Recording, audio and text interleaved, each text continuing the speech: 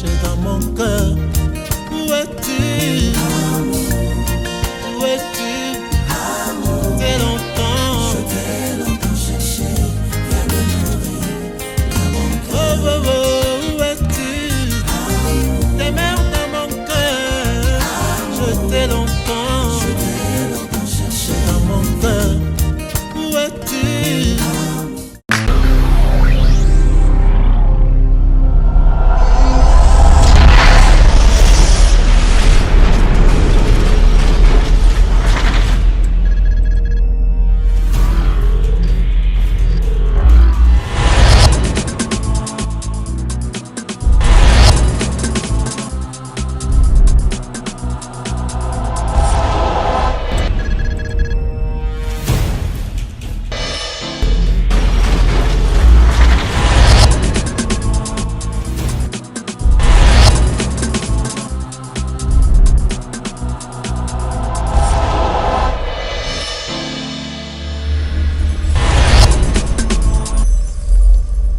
Le pasteur va se présenter. Tout à l'heure, vous allez le découvrir. Notre pasteur, notre invité spécial. Vous allez le découvrir. Bonjour, pasteur. Bonjour. Pasteur, vous allez vous présenter pour que le monde qui vous regarde, pour que puisse savoir vous êtes qui, quel est votre nom et quelle église que vous conduisez. Donc, vous pouvez vous présenter.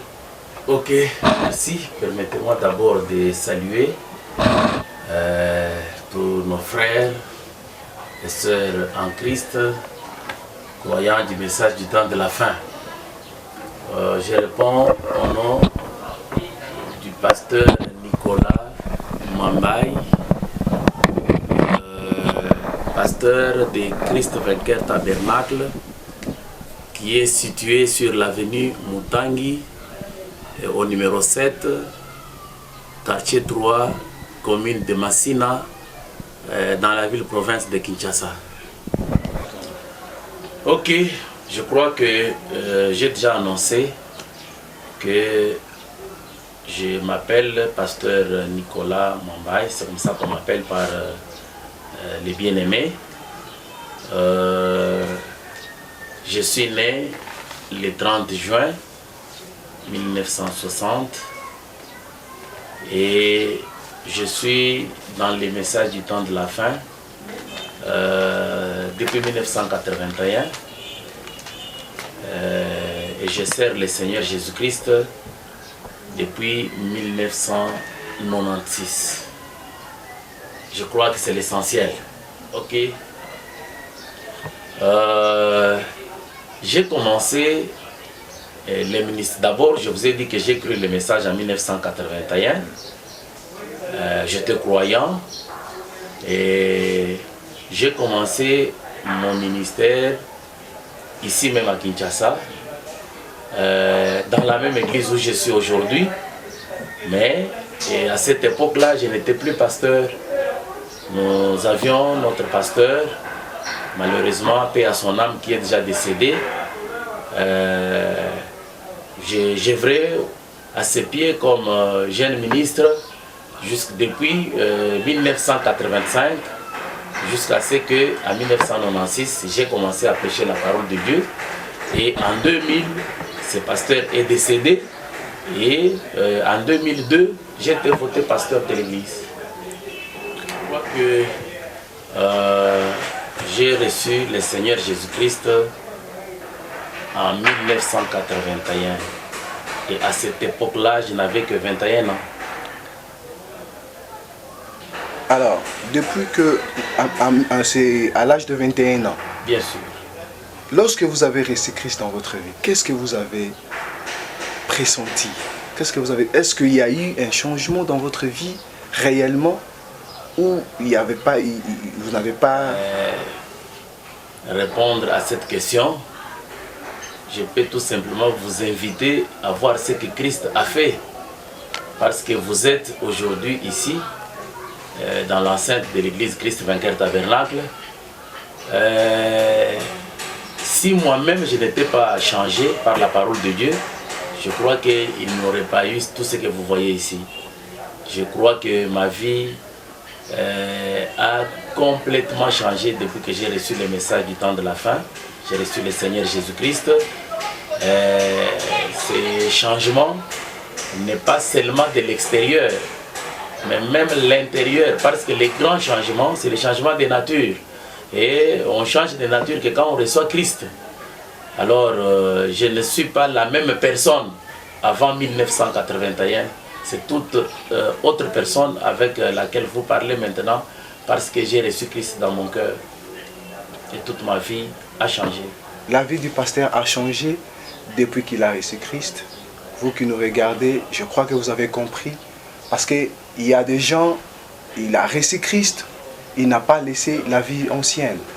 Alors, lorsque le pasteur nous a expliqué que sa vie a changé, alors, pasteur, nous voulons aussi savoir quelles sont les difficultés que vous avez rencontrées durant votre parcours, depuis que vous avez reçu Christ. Oh là là, les difficultés sont énormes.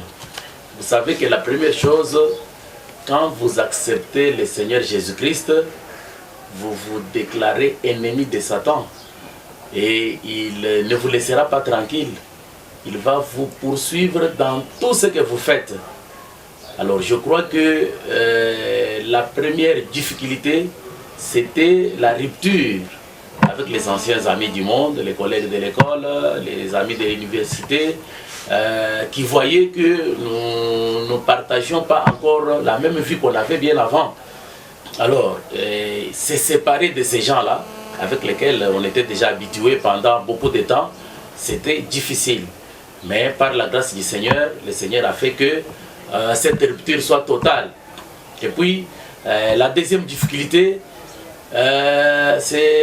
sont les membres de la famille qui considèrent que quand vous avez cru le Seigneur Jésus-Christ, bon, vous devenez tellement attaché à l'œuvre du Seigneur, attaché à la parole de Dieu, plus que vous ne vous intéressez pas à toutes les autres activités du monde.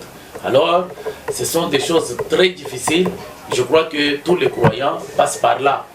Et vous devez couper les ponts avec les derrière pour pouvoir avancer.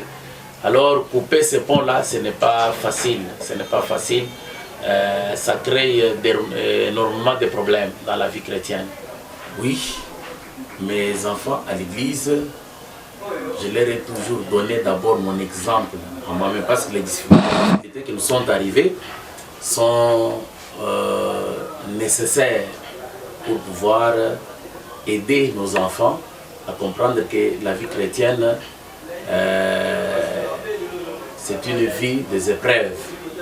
Et quand les épreuves arrivent, il ne faut pas regarder aux difficultés. J'ai toujours un adage, j'ai toujours quelque chose que j'ai toujours dit à mes enfants, que dans les églises, nous les pasteurs, nous ne présentons pas aux gens la grandeur des difficultés. Comme parfois on le fait dans les dénominations, on parle des sorciers, on parle de ceci, cela, mais nous, dans toutes les difficultés, nous présentons aux enfants de Dieu la grandeur du Seigneur Jésus-Christ. Nous leur montrons que Jésus est plus grand que toutes les difficultés. Il n'y a rien, absolument rien qui puisse dépasser le Seigneur Jésus-Christ. D'abord, il est dit dans la parole de Dieu que tout celui qui espère en l'Éternel ne sera jamais confondu. Et quand nous regardons la vie de tous les enfants de Dieu dans la Bible, les grands prophètes, ils sont passés par des difficultés. Je peux vous raconter, je peux vous dire ce que Jérémie dit, je crois, dans Jérémie 20, que malgré, il était confronté à beaucoup de difficultés, à tel point qu'il était même arrivé à maudire le jour de sa naissance. C'est ça. Donc, nous amenons les gens à regarder à la grandeur de notre Dieu plutôt qu'aux difficultés. Parce que les difficultés, bien sûr, doivent arriver, mais si vous avez Jésus-Christ, si vous avez sa parole, si vous vivez une vie droite, le Seigneur ne vous laissera jamais être dompté par les difficultés. il vous aidera à vous en sortir. Parce qu'il a promis à notre Père Abraham que ta postérité possédera les portes de ses ennemis. Voilà ce que nous disons à nos croyants.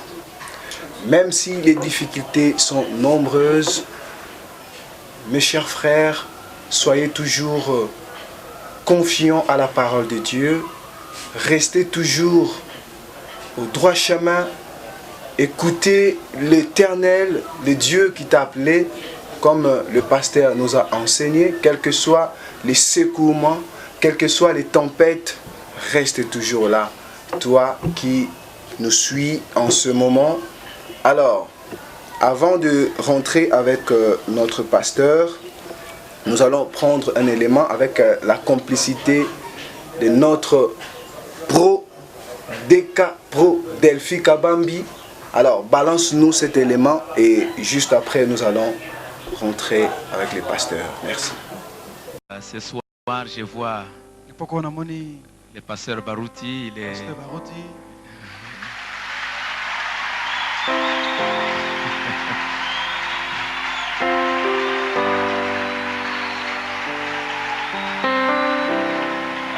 si tu peux venir dire bonjour.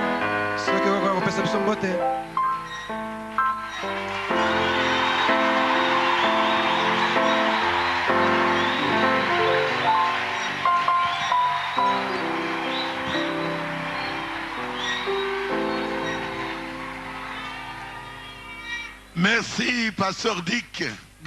Pasteur Dick.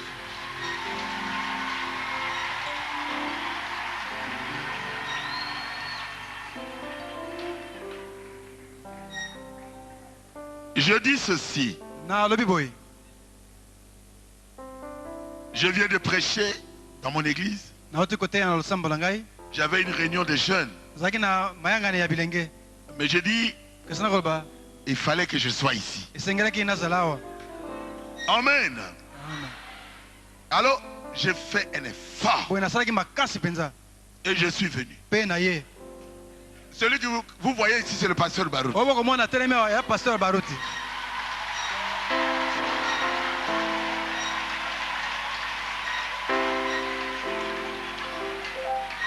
J'ai toujours dit ceci. Si vous avez un enfant et votre enfant devient docteur en médecine, au CPLAT, tu ne vas pas te réjouir. Vous ne serez pas content? Oui. Je serai content. Avec ce que je vois ici, oh, je suis plus que content. Parce que mon frère, le pasteur Dick, Dieu l'a béni. Est-ce que c'est la vérité? Il faut avoir les yeux pour voir. Je crois que je vous avais promis que j'aime beaucoup les cantiques que vous chantez ici. Et j'avais pris tous ces cantiques. Nous chantons ça maintenant à Rigini. Et aujourd'hui, on a pris une très bonne leçon de s'abaisser. Amen. Vous me verrez de temps en temps. Ne soyez pas étonnés. Quand vous me verrez, ça ne sera pas pour prêcher. Vous me verrez de temps en temps, je viens, je m'assois là-bas.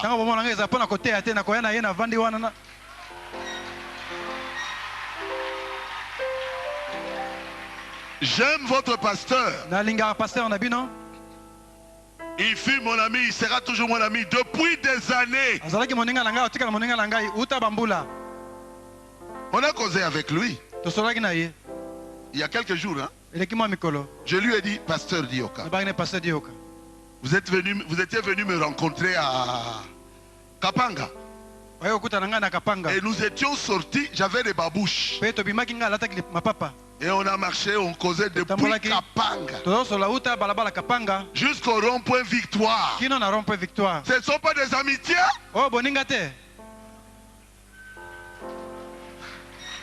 À pied. Mais si je ne l'aimais pas, je ne ferais pas 1 heure avec lui.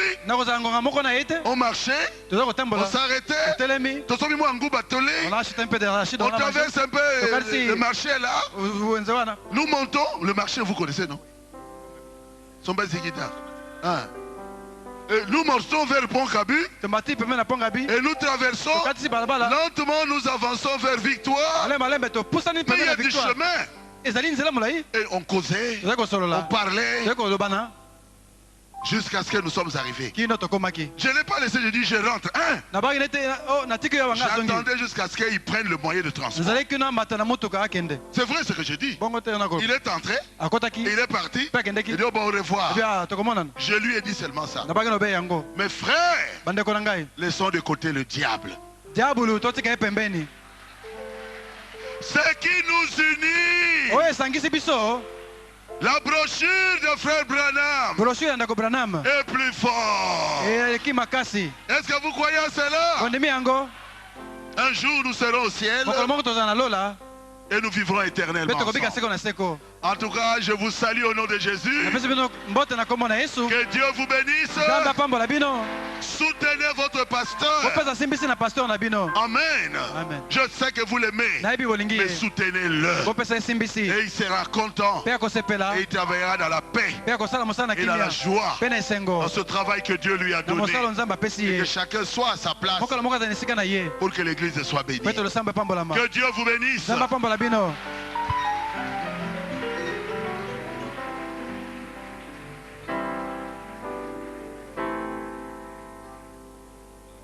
Ok, je crois que c'était un bon signe. Et comme on vient de parler sur les relations, il vient de dire que on s'est vu il y a quelques jours. Comme nous venons de l'entendre, en tant que frères, nous avons besoin de maintenir nos relations sincères et honnêtes.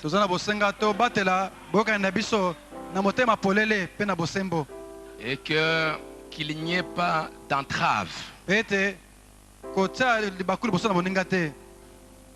que quand nous parlons, qu'on ne nous dise pas, mais est-ce que ces gens-là, est-ce que ce qu'il dit là c'est vrai? En tant qu'homme de Dieu, on doit, comme il vient de le dire là, si moi j'ai l'occasion aussi d'être à Riguini, si à un moment donné on nous voit ensemble, qu'on voit que ce sont des hommes de Dieu sincères. Et c'est pourquoi je crois que comme il est là, ce serait mieux d'en parler maintenant.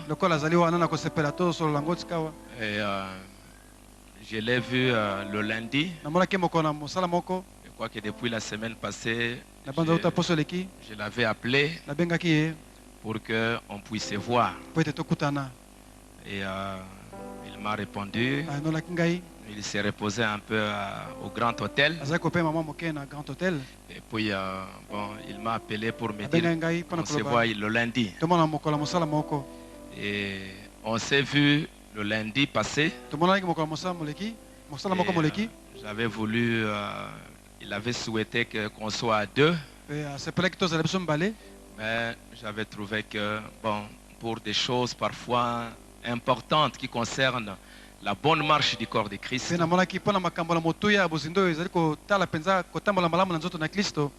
c'est bien quand même qu'il y ait 2 ou 3 personnes. On ne sait jamais.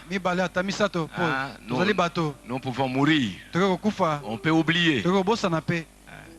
Alors c'est pourquoi j'avais pris le frère Chimanga et le frère Eric Mbala. Et le pasteur Barouti était avec le frère Racheté. Et on s'est rencontrés au Grand Hôtel. Et la rencontre était très amicale. Et ça s'est bien passé. Et c'était concernant ces malentendus. Je suis allé les voir, je crois que j'en avais parlé un peu ici. J'étais un peu indigné, un peu affecté. Et plusieurs déclarations du pasteur Barouti. Je lui en avais parlé. Un peu partout à Chikapa, à Gabon, un peu partout. Et surtout dernièrement, quand il a fêté ses 63 ans, il y a eu une interview à la radio ou à la télévision. Et puis c'était écrit aussi dans des journaux que moi, frère Baruti, pasteur Baruti, c'est moi qui avais baptisé le pasteur Dioka. Nous sommes des serviteurs de Dieu. Si une chose est dite une fois, bon, ça peut passer. Mais quand ça se répète, ça se répète, ça se répète, bon, et que ça fausse un peu parfois l'atmosphère, en tant qu'enfant de Dieu, nous devons arranger ça. Et comme la parole de Dieu dit, quand tu as quelque chose avec ton frère, va le voir. Et c'est pourquoi je suis allé le voir.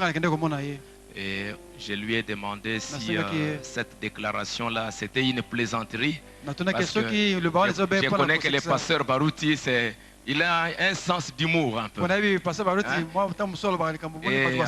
Et vous savez, parfois, c'est une bonne façon. C'est une bonne façon. Et frère Banam en parle aussi. Alors je lui ai dit, mais bon, est-ce que c'est un peu de l'humour, c'est une plaisanterie ou bien... Alors directement, il m'a dit que frère Dioka, nous sommes des frères, nous sommes des amis.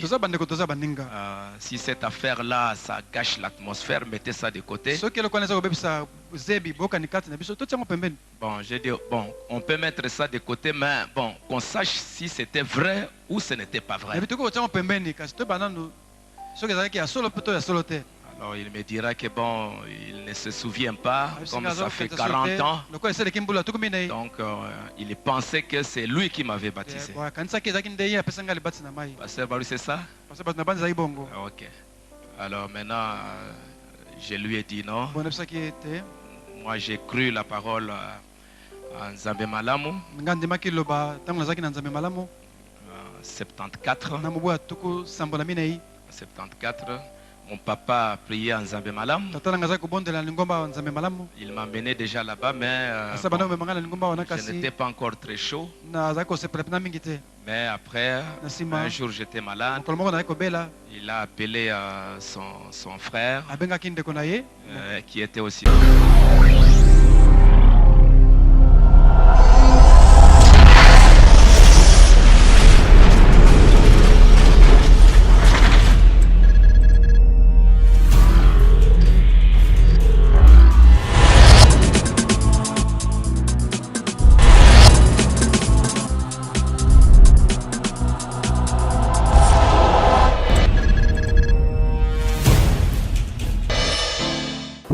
Des retours sur notre émission Le Miroir, DK, et vous qui nous suivez sur dkgospel.net. Restez toujours là, restez toujours branchés. Merci à Benjamin, Mokuna et Rodrigue Kitungila à la caméra. Merci beaucoup à toi, notre cher frère pro DK, Delphika Bambi. Merci beaucoup. Nous sommes là avec les pasteurs, nous sommes là sans plus tarder. Maintenant, nous sommes sur l'église. Nous voulons savoir, l'église a déjà totalisé combien de temps depuis que vous avez commencé votre ministère? Je crois que je vous ai relaté comment l'église a commencé. Nous avons Christ vainqueur tabernacle. Christ vainqueur tabernacle, qui est à Massina, au quartier 3. Alors, qui a présentement, parce que nous sommes allés d'un lieu à un autre, jusque nous retrouver ici où nous sommes actuellement avec vous. Ici, sur place, c'est depuis 2005 que nous avons acheté cette parcelle. Nous y avons construit les temples que vous voyez. Mais avant de venir ici, nous avions d'abord été sur la même avenue, mais au numéro 26. Là, c'était un frère de bonne foi qui nous avait donné un petit endroit. C'est dans cet endroit-là qu'on servait les seigneurs. Et après cet endroit-là, nous sommes allés sur Mutangi 36, toujours sur la même avenue. Mais la providence de Dieu a fait que nous soyons ici chez nous, dans notre propre parcelle. Alors, depuis que nous étions sur l'avenue Mutangi 26, jusqu'à aujourd'hui, l'église totalise 34 ans. 34 ans. Si vous prenez 2019 moins 1985, ça fait 34 ans. Et ici sur place, depuis 2005 jusqu'à aujourd'hui, je crois que ça fait à peu près, bientôt, l'année prochaine, ça sera 15 ans. 15 ans. Je crois que c'est une question un peu difficile parce qu'elle va nous amener à parler de beaucoup de choses.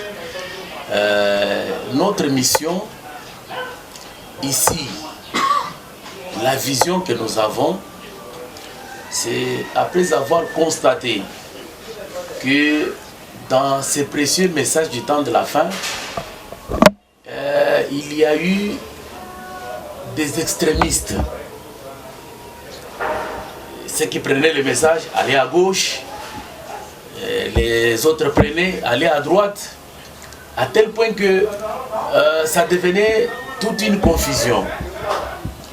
Alors, nous avons ressenti cette mission de prendre, parce que ceux qui sont à gauche, ils ont des choses bonnes qu'ils disent et des mauvaises choses. Ceux qui sont à droite, la même chose. Alors, c'est ainsi que notre mission était de rester dans ce que le prophète William Branham nous recommande, de rester au milieu de la voie, au milieu de la route, au milieu du chemin. Ne pas être des copistes, copier tout ce qui se font par-ci, par-là, même ce qui est contraire au message. Bon, nous avons cette vision-là, nous avons compris que nous devons amener les enfants de Dieu à rester au milieu de la route. Voilà notre mission. L'année prochaine n'est qu'au niveau de projet. C'est un projet que nous avons. Si vous constatez, vous verrez que l'église n'est pas complètement achevée. Il y a des travaux de finissage qui restent encore. Ces travaux coûtent très cher. Alors nous avons mobilisé tous les membres de l'église pour contribuer afin que si d'ici la fin de l'année, cette année 2014, si d'ici la fin de l'année tout est fini, alors je crois que Dieu voulant, peut-être au mois de janvier, nous pouvons déjà lancer des invitations pour dédicacer notre église vers le mois de juillet 2020. Mais nous sommes en train de mettre la dernière main pour finir ce qui reste encore à régler. Et les enfants, je crois que vous voulez parler de ministère. Les enfants, j'en ai nombreux. J'en ai nombreux qui sont éparpillés par-ci par-là. Il y en a qui ont déjà même leurs propres églises, à Pointe-Noire, à Brazzaville, en Angola, ici même sur place à Kinshasa. Mais ici à l'église, je suis resté avec deux de mes enfants sur qui je compte. Ceux qui peuvent me représenter valablement ici sont deux à l'église qui ont été déjà ordonnés dans les seigneurs et qui servent les seigneurs avec moi. A tout expliqué concernant les enfants. C'est tout à fait normal de pouvoir savoir, parce que lorsque le Seigneur vous a donné le mystère, ce n'est pas à être seulement égoïste. Vous ne pouvez pas seulement être égoïste. Non, moi je vais gérer tout ça, moi je gère ça. Non. Il faut partager aussi avec les autres. Donne la tâche à ceux-là qui ont la capacité de diriger la jeunesse, de diriger la chorale, de diriger. Il y a beaucoup de choses, il y a beaucoup de choses à faire, beaucoup de travail dans l'église. Alors les pasteurs n'étaient pas égoïstes. Alors nous tendons presque à la fin, mais il y a encore quelques questions à vous poser, pasteur. Est-ce que parmi les enfants que vous avez, ou les enfants qui sont éparpillés, est-ce qu'il y a eu des enfants qui désobéissaient ou qui sont têtus, qui étaient têtus par rapport à l'ordre que vous donniez? Je ne sais pas. Vous pouvez nous expliquer, pasteur? Les enfants rebelles, en quelque sorte, voilà. Ils ne peuvent pas manquer. Ils n'ont pas manqué au ciel. Ils n'ont pas manqué dans l'église du Seigneur Jésus-Christ lui-même. Ils n'ont pas manqué dans l'église des apôtres. Alors la mienne ne pouvait pas faire exception. Il y a toujours certaines personnes. C'est pourquoi Frère Branham nous a dit que nous ne considérons pas seulement ce que quelqu'un fait. Quelqu'un peut avoir un ministère, il peut avoir un don de Dieu. Mais nous voyons aussi à l'esprit qui est derrière ces dons-là. Qu'est-ce que la personne veut faire avec ce que Dieu lui a donné? Alors, quand nous trouvons que il y a derrière un don, un esprit d'orgueil, un esprit de cupidité, un esprit, il y a beaucoup d'esprits. Vous savez vous-même que Frère Branham a déjà identifié ces esprits qui dérangent souvent les prédicateurs. Alors, quand nous voyons que un enfant que nous encadrons a cet esprit, nous tentons de prier pour lui, de lui donner des conseils, de l'aider, parce que s'il continue de cette manière-là, il n'ira pas loin. C'est ce que nous faisons. Nous les encadrons en leur donnant des conseils, afin qu'ils soient de véritables serviteurs de Dieu et pour qu'ils nous représentent valablement partout où ils peuvent aller. J'ai dit tout à l'heure que nous atterrissons déjà, nous atterrissons. Je voulais demander cette question au pasteur. Qu'en pensez-vous pour votre mystère? À l'épanouissement ou à l'échec? C'est une drôle de question. Je ne crois pas que quelqu'un puisse commencer quelque chose et penser à l'échec. Ouais, ce n'est pas possible de penser à l'échec. Vous savez que dans l'œuvre de Dieu, quand quelqu'un sert le Seigneur, il a toujours l'obligation d'aller de progrès en progrès. De progrès en progrès. C'est ainsi que, vous voyez, nous formons des enfants. C'est pour que demain ou après-demain, l'enfant peut aller là-bas, il peut aller quelque part. Alors, nous pensons au progrès. Nous pensons au progrès. On ne peut pas imaginer une fois l'échec dans l'œuvre du Seigneur.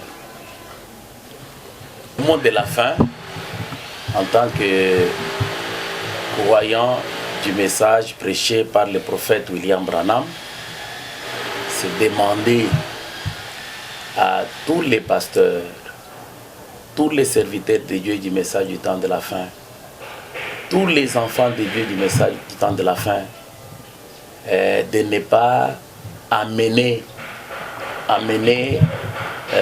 des bagarres, des choses internes à la place publique. Parce que Frère Branham nous a enseigné que les Branham se battent derrière la maison. C'est la demande que je formule à tous les croyants du message. Parfois, quand nous voyons des histoires qui sont lancées sur Internet concernant les enfants de Dieu, concernant les serviteurs de Dieu, ça nous écoeure. Frère Branham nous a dit que quand les enfants d'Israël étaient en voyage, quittant l'Égypte pour la terre promise, s'ils parvenaient, parmi ceux qui étaient devant, un fils faible, qui arrivait à chier sur la voie, ceux qui venaient derrière prenaient ça et enterraient, pour que les païens, les gens des nations ne voient pas cela et qu'ils injurient toute la nation juive. Voilà ce que je peux demander à tous les croyants du message du temps de la fin, de ne pas lancer sur l'internet les saletés de leurs frères. Je crois que je salue tous les serviteurs de Dieu, les serviteurs de Dieu qui aiment le message du temps de la fin, et particulièrement mes enfants qui sont éparpillés par-ci par-là. Je pense au frère serviteur de Dieu Bernard Moussambu, qui est présentement en voyage missionnaire à Bukavu. Je pense au serviteur de Dieu Vicky, pasteur de l'Assemblée à Pointe-Noire. Je pense au pasteur Panzou, qui est en Afrique du Sud, et à tous ceux qui aiment le message du temps de la fin. Que le Seigneur les bénisse. Amen. Merci beaucoup à vous tous qui étaient branchés sur notre canal dkgospel.net. Merci à vous qui nous avez donné votre temps de nous suivre. Et merci aussi au pasteur qui nous a permis, à ce que nous puissions prendre cette interview avec lui. Merci beaucoup, pasteur. Et sans oublier, merci à toi, Dalfi Kabambi, DK, et à toi, notre caméraman Benjamin Mukuna et Rodrigue Kitungila. Merci beaucoup. Moi, votre humble serviteur, Mathéus Mutombo, double casquette. En tout cas, je vous salue beaucoup.